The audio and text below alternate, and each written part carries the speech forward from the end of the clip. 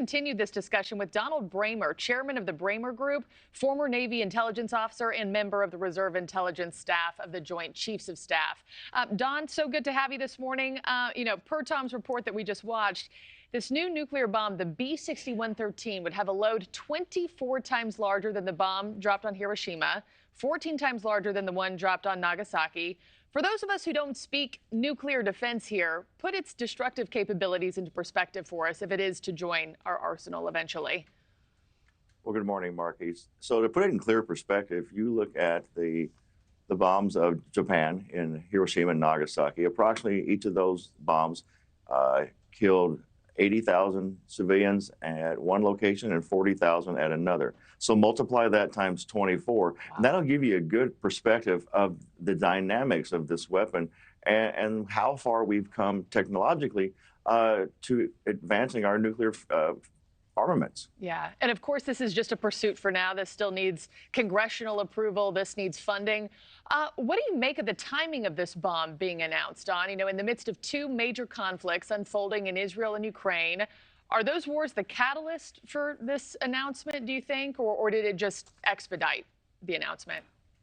Well, as I say, timing is everything. But I think as we put two carrier strike groups in the Gulf region, and we need to look to advancing our military to show that, around the world, a lot of people think that the United States is in a decline.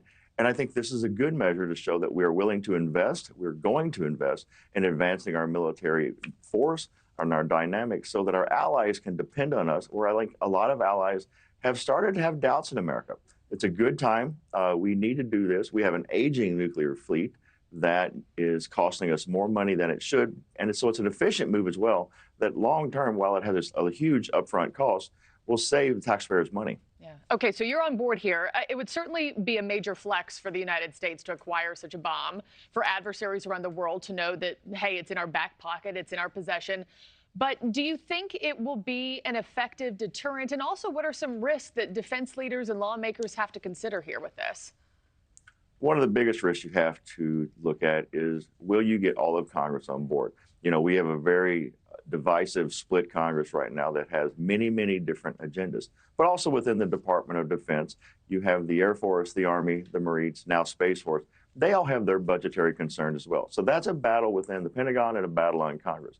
What we need to do is show that we are moving forward. And I believe that this is a strong message. And the one thing to think about it, some of these aging missiles that we have would take 1, 2, 3 missiles to hit the same target that a hardened target could be eliminated with the B-6113. Yeah, I understand that this would replace some of our aging stockpiles that already exist. The other thing I wanted to pick your brain on, Don, we've heard concerns raised not just about America's aging nuclear stockpile, but also the amount of weapons being sent to Ukraine, now also Israel, affecting our own supply here on American soil. How concerned are you, and how concerned should we be about America's own preparedness for a war, perhaps on multiple different fronts? Well, the COVID and many other supply chain issues cause a lot of concerns with what we have on the shelves.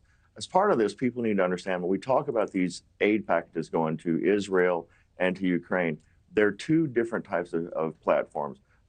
Israel has a very large, very strong defense industrial base. Ukraine does not. So you're looking at two different types of aid going there. But in most cases, the equipment that we send comes off the shelf. So it's aging equipment that this is a good way for us to replace what we have on the shelf.